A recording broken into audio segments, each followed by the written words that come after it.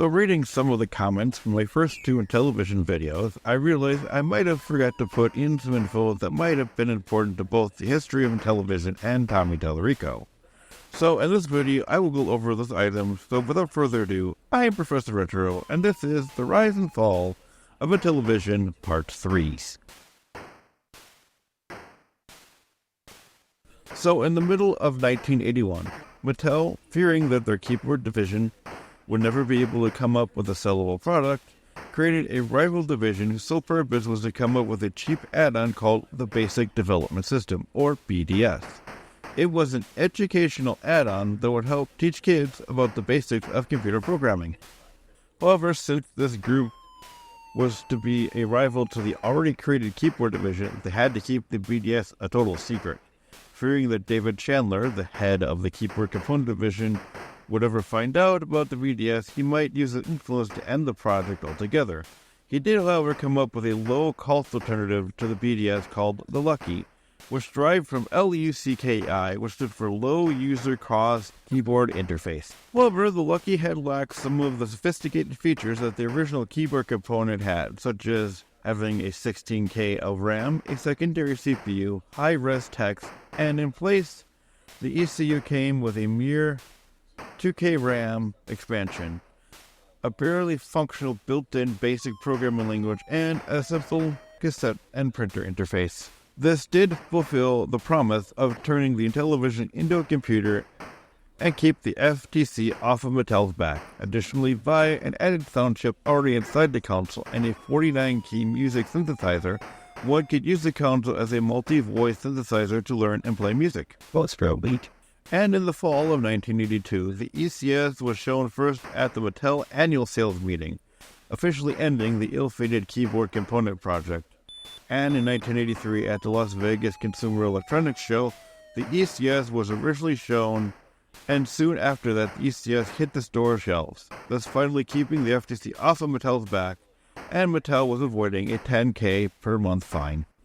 Sadly, by the time that the ECS hit the stores, an internal shakeup was going on within Mattel, which caused the company to focus less attention on hardware add-ons and move to software instead, which took attention away from trying to further the ECS in the market, and some ECS hardware add-ons were halted, as well as having only 6 games actually released for it. In 1982, Mattel introduced the Intellivoice, a voice synthesizer for compatible games such as What made this unique was that it had both a male and female sounding voice, and it also allowed for speech supporting games that use speech as part of their gameplay. As early as 1981, Dave Chandler's group had begun designing the next console, codenamed the Decade, and soon to be named the Intellivision 4.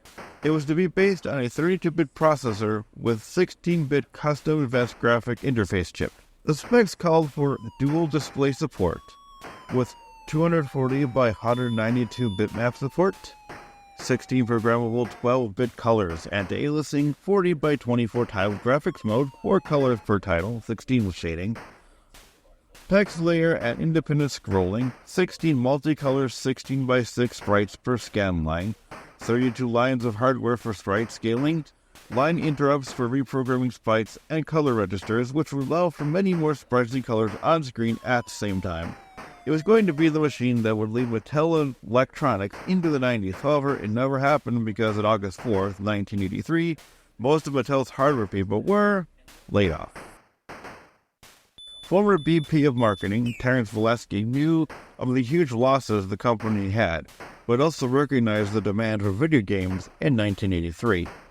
So he went out and found some investors and then decided to purchase the rights to the Intellivision and its games from Mattel. And Intellivision Inc. was formed. However, Valesky then decided to buy out the investors and rename the company altogether to INTV. They continued to supply the big stores with products and sold games via mail order, first selling the already existing supply of games and Intellivision 2 systems. However, when they had depleted that, they decided to create their own games. However, since they didn't have the Mattel name on them or unnecessary licensing on the printed material, they needed to lower the cost to make them, so they chose to make the boxes, manuals, and overlays at a lower quality than Mattel did. In 1983, INTV introduced the INTV System 3, also known as the Intellivision Super Pro system. It used the same design as the original system, however the only difference was that it was black and silver. However, licensing agreements with both Sega and Nintendo caused INTV to discontinue the Intellivision in 1990. In 1989, INTV had an agreement with World Book Encyclopedia to create an educational system called the TurboVision. It was going to be a modified Intellivision with a beige case with blue and gold trim. Sadly, this one never came out since INTV and World Book sued each other in 1990, and in 1991, INTV filed for bankruptcy protection. Intellivision games became readily available again in 1997 when Keith Robertson and Stefan Rudny, who were both former programmers of Mattel Electronics, got the exclusive rights to the console and the games, and with that, they created a new company called Intellivision Product. These two brought Intellivision games to the PC first with Intellivision for PC Volume 1, which came with 3 Intellivision games and an Intellivision emulator for the PC. They soon followed that with Volume 2, and in 2000, they released Intellipack 3. All 3 were free downloads. They soon followed that up in 1989 and in 2001 with Intellivision Live and Intellivision Rock, which are games and emulators for MS-DOS, Windows, and Mac. In 1997, Intellivision Products also started selling development tools to allow customers to make their own homebrew games. These kits were going to have the documentation on how to do it, PC-compatible cross-assemblers, and the Magnus 2 PC Intellivision cartridge. Sadly, the project was cancelled. However, they did provide the book. Your Friend of the Exec, the programming guide to the Intellivision Executive Control System. By 2000, however, Intellivision hobbyists figured out how to create their own development tools and their own memory cards. On October 14, 2014, Digital Media at Intellivision Products released a miniature Intellivision console called the Intellivision Flashback. It had a miniature version of the console with 2 original-size Intellivision controllers. It came with 60 games built in. 61 if you get it at Dollar General. Now let me finish off my history of Intellivision with the man that most think conned people out of money for a console that never came out. You know, the Amico. If you really want an in-depth look at the math, head on over to DJ Slope's channel, link in the description, and take a look at his 4-hour-long video on it. Trust me, you won't regret it. So with that, I am not going to go into how he attacked anyone who talked bad about the Amico, but more go into some of what he did for the gaming industry as a whole. So in my last video, I mentioned that Tommy was a playtester for Virgin Mastertronics, and then after that he went on to found Tommy Tallarico Studios. During this time, he and David Perry both worked on 2 very well-known games, Earthworm Jim and MDK, and in 2005, Tommy wrote part of the score for the movie Event Rising, which he did with the Mormon Tabernacle Choir. In 2002, Tommy formed the Gang Audio Network Guild, or GANG, a non-profit that recognized achievements in video game music and audio, and they hosted award recognizing these achievements as well. Give a person. In 2002, Tommy formed the Gang Audio Network Guild, or GANG, a non-profit that recognized achievements in video game music and audio, and they hosted award recognizing these achievements. Tommy also was the first person to actually get real instruments recorded in video games.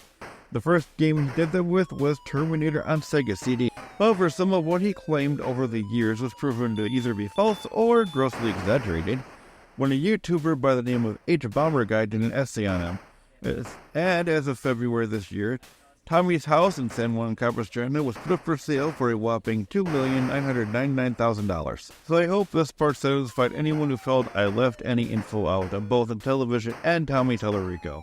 Again, if you want more an in-depth look at the Amico and or Tommy, hop on over to DJ Slope's channel. So with all that, I'm going to put a final nail on the coffin that is Intellivision. From the original console, to the add-ons and peripherals that came after, and to the Amico that never was. I am Professor Retro, reminding you to keep your consoles turned on, your controllers plugged in, and to game on and laugh hard. Peace out and stay frosty.